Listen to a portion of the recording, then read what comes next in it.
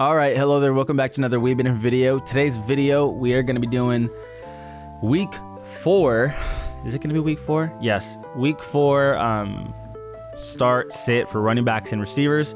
I've done this week 1, 2, and 3, and fantasy football has been hectic for me this past year. So many just wild, out of left field people coming and playing or performing, and people that should be performing aren't performing for various reasons.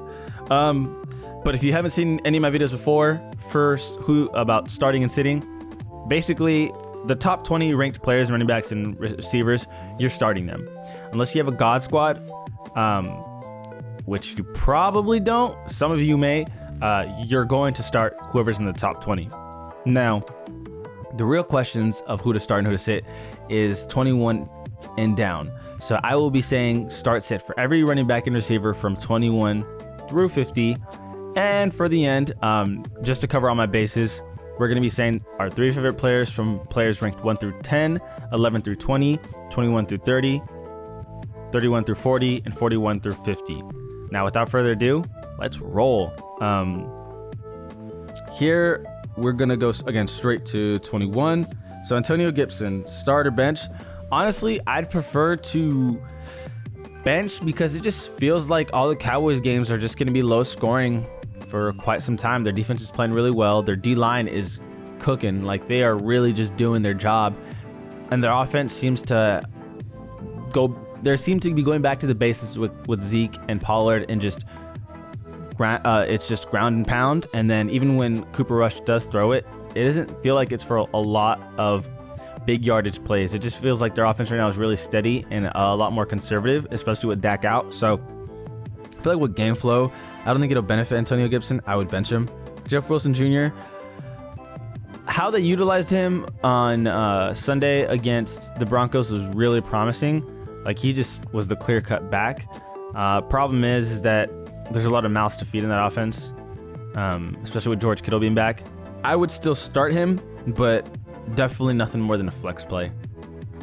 Josh Jacobs against Denver's stellar D, I would bench, just flat out. Denver's defense has been really, really solid.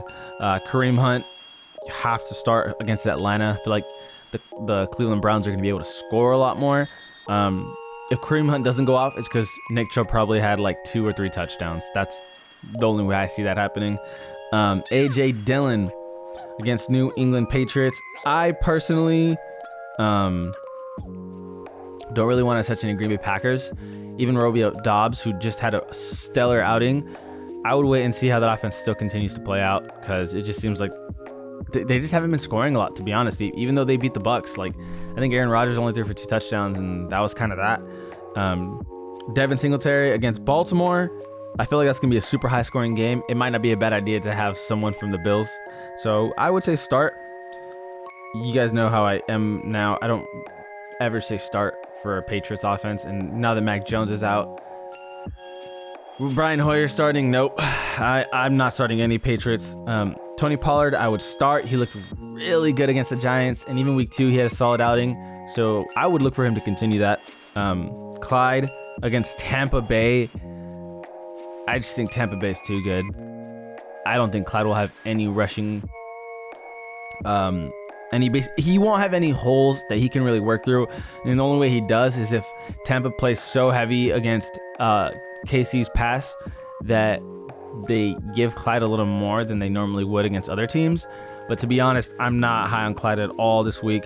Miles Sanders, week 1 and 2 were promising, and week 3 was basically, you saw Miles Sanders' floor. Like, he's gonna get the majority of the carries from that backfield, but he's not involved enough in the passing game to help you with PPR. He'll have at the most, I want to say, like 3 catches, to be honest. And really, that run game needs to get going for him to even have a decent game, because he doesn't have a lot of catches, not gonna have the most touchdowns. So he's the guy who's really going to get you 10-15 points a week, and that's what you should expect. So a flex play. Rashad Penny, I'm never starting. I'm good. Breece Hall is honestly a decent start with Zach Wilson back, because maybe Zach Wilson checks it down more. I don't know. But I would wait and see for all skill positions. for the Jets, just to see how that offense looks, especially against Pittsburgh's defense, which is solid. Damian Harris, benching, as I said before with Ramondre Stevenson, same thing applies. Cam Akers, I wouldn't mind a flex play on him. He's looked better as the weeks have gone by, and I think he's a decent flex play. Michael Carter benching, same thing as I said before with Breece Hall. You got to wait and see how Zach Wilson looks. Melvin Gordon, I would like to bench for sure. He's not a bad flex play at all, but I feel like his upside is just so capped because Broncos offense looks terrible, and Javonte Williams is still getting a lot of the share. So I would like to sit Melvin Gordon if I could. If you have him and you can't sit him, I mean, he's still him by himself is a good player, but the team he's on is just not really helping him out. J.K. Dobbins, I would probably bench until he can pick things up and look a lot more, I guess, to his former self. Chase Edmonds, bench. I'm just not invested into anyone in Miami's backfield at all. Travis Etienne, I would probably bench. Looks good when the ball's in his hands, but there's a guy ahead of him named James Robinson who's just playing out of his mind first 3 weeks. He just looks really good. Raheem Mostert, I would say bench. Again, I'm not touching Miami's backfield. J.D. McKissick, bench without question. Darrell Henderson, bench without question. Ken Walker, bench without question.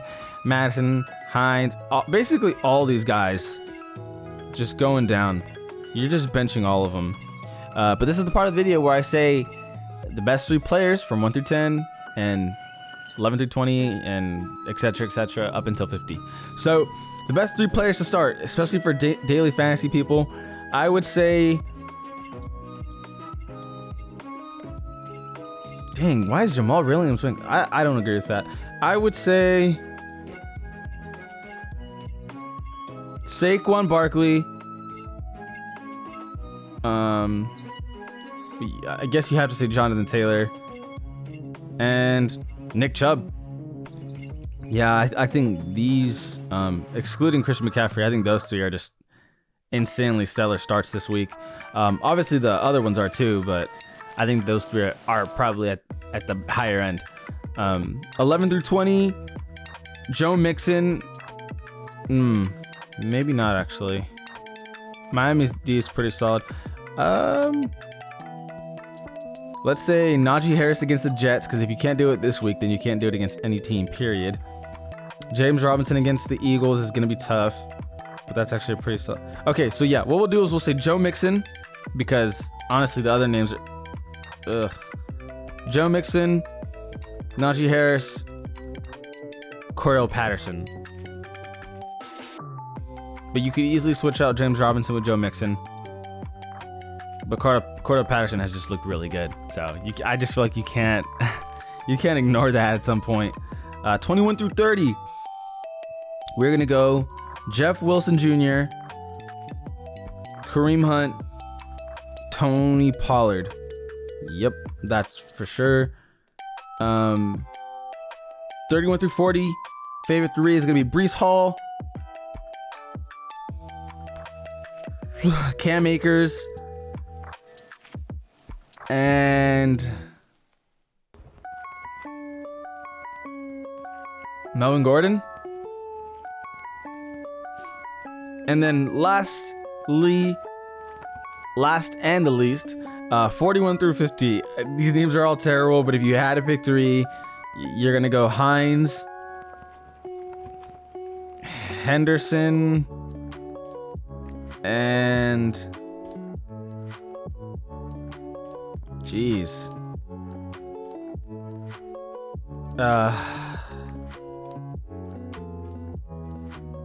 And I guess Dontrell Hillard, hoping he can get touchdowns again. That's nasty, honestly. Running backs are a lot more scarce than receivers, and we're going to get into receivers right now, and it's very, very obvious. So, moving into receivers here. Skipping straight to 21, Drake London start. Guys look so solid. You know, with the emergence of Kyle Pitts last week and him showing signs of life, that could be a good thing in all honesty. So teams can be like, hey, this guy isn't someone that we should just sleep on and not cover, because the sooner other teams take Kyle Pitts more seriously, the better for Drake London. It'll open things up for him. Gabe Davis, I actually think that's going to be a super high scoring game. I'm taking my shot. I'm starting Gabe Davis this week without question. Brandon Cooks, I'm probably starting him. I'm definitely starting him this week against the Chargers. Chargers D has looked vulnerable. Devonta Smith, same thing, absolutely starting. Chris Olave, starting. Like, just a lot more guys that are just like, yes, 100% I'm starting. And it's apparent that receivers are definitely more deep than running backs. Keenan Allen, if he plays, absolutely starting. Curtis Samuel. Terry McLaurin, I'm a little more worried about. I don't know. I feel like Curtis Samuel's been doing the most even when Commanders aren't, shining. But even though McLaurin, I want to say, is the better player, I don't know.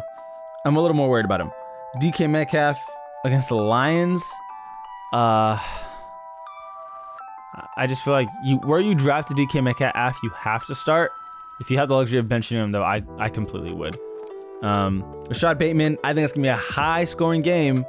I'm starting. Even though it's against Buffalo, Lamar Jackson is just unguardable. You can't go into that matchup and thinking, oh, Buffalo's going to shut down Lamar. Like, that's just unrealistic, to be honest with you. Tyler Lockett, where he's at, that's not a bad start. DJ Moore, where you drafted him, you have to start him, but I'm benching him. If you can bench him, you should. Garrett Wilson, wait until you see how Zach Wilson looks before you touch any Jets players. That's going to be very crucial. If you want to have, risk reward, and maybe you're thinking, hey, Zach Wilson's going to pop off, do it at your own will, but dude, it could go really bad. Could. Again, that's why I say wait and see. Michael Thomas, start. I don't think Minnesota's D is stellar enough to shut down Michael Thomas. As long as he gets his looks, he'll be fine. Brandon Ayuk, start.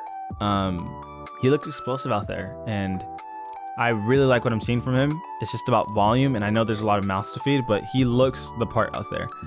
Juju Smith-Schuster, I'm going to bench. I don't want to go up against Tampa's D at all. The only person I'd be comfortable with starting is pretty much Patrick Mahomes and Travis Kelce. But even then, I don't think Travis is going to have an insane week this week because, again, Bucks D is really good. Romeo Doubs, I would prefer to bench. I know he looked the part, and he passed the eye test with flying colors. More so just a steady player. He didn't look like phenomenal by any means, but he looked really solid.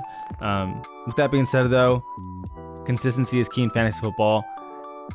You can't just jump the gun as much as you want to, and some of you will, but I would probably try to wait still. Jerry Jeudy.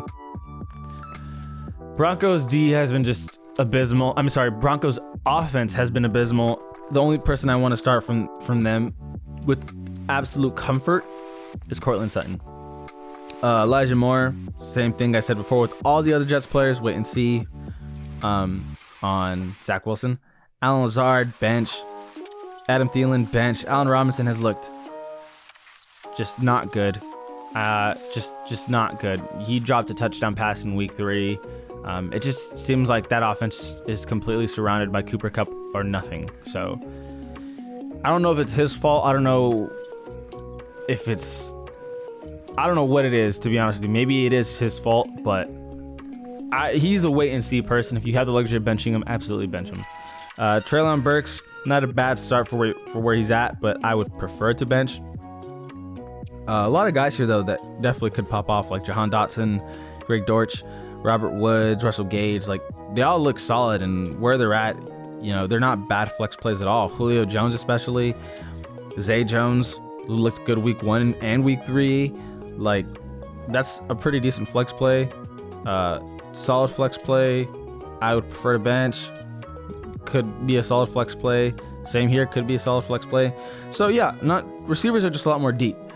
But here we are on that part of the video. Again, 3 players from 1 through 10 who we want to start the most. We're going to say Cooper Kupp's got to be 1. Stephon Diggs has got to be 2. And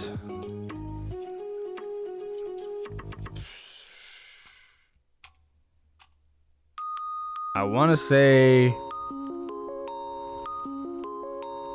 either Tyreek Hill or Jalen Waddle. Shoot, even AJ Brown. We're going to go with Tyreek Hill. I just think that Cincinnati's D is not going to be able to keep up with Dolphins O, assuming that Tua plays. If Tua's out, obviously that's going to change things massively. And at that point, no. Honestly, I think AJ Brown's a nice play this week against the Jags. That's probably going to be a relatively high-scoring game. So yeah, if Tua's out, I'm going to say AJ Brown. 11 through 20, we're going to go Amon-Ra St. Brown, Courtland Sutton, and T. Higgins. That's just, yeah, T. Higgins has been looking absolutely amazing. Just, man, if you could put touchdowns on, it would absolutely evolve his game because he's getting the yards. He's definitely getting the looks too. 21 through 30, gotta go Devonta Smith, Drake London, and Rashad Bateman. Rashad Bateman, again, I want every piece of the pie that I can get from that Ravens and Bills game. I think the only exclusion would be J.K. Dobbins because, again, it's just about seeing him go back to his old self first.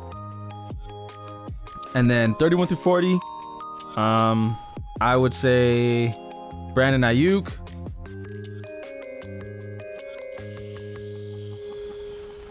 Tyler Lockett, and Michael Thomas. 41 through 50, I would say these are honestly all pretty solid names for where they're at in the rankings. I would go Greg Dortch against Carolina, Julio if he does play against KC, and probably Zay Jones, honestly, against Philly. That's going to be a nice sneaky flex play right here. So, yep, week 3, week 2, week 1 is all in the books. Thank you guys for watching the video. If you have any questions on who to start or who to bench, please ask in the comments down below. Other than that, this is Ollie Been Different on We've Been Different, and we out.